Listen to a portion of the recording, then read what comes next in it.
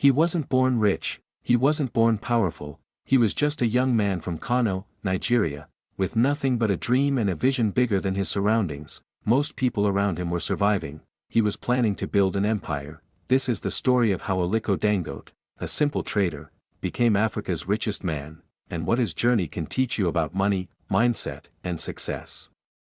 Aliko Dangote was born in 1957 into a modest family. His grandfather was a small businessman.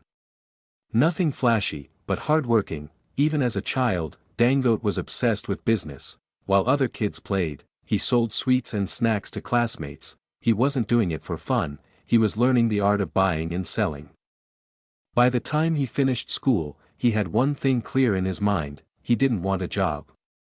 He wanted freedom, but freedom costs money, and the young Dangote didn't have any, so he did something most people never dare to do: he borrowed money, not to buy a car, not to party, but to start. In 1977, Dangote borrowed about $3,000 from his uncle. With that, he began importing rice, sugar, and cement from other countries into Nigeria. It wasn't easy, the roads were bad. Prices changed daily. The economy was unstable, but he kept showing up. He didn't try to get rich quick. He focused on building trust, selling quality, delivering on time, and reinvesting every profit.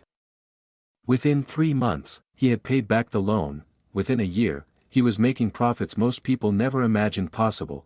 But he didn't stop. He asked himself a dangerous question: what if I don't just trade, what if I create?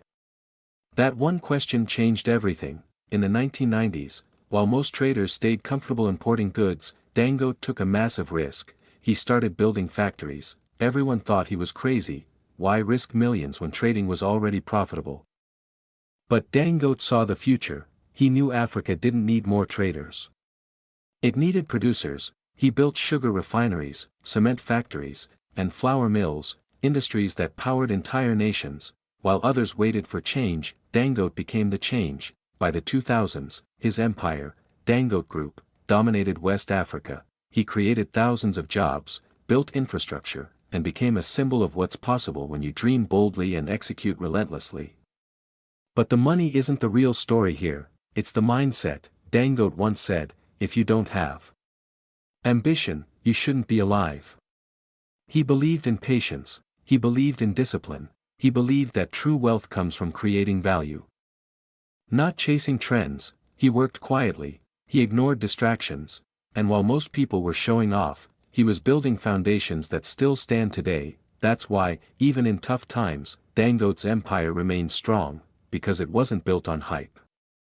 It was built on vision. So what can you learn from Africa's richest man? Start small, but think big. Every empire starts with a single trade, a single sale, a single risk. Reinvest in yourself, don't waste your early profits, use them to grow, be patient. True success takes time.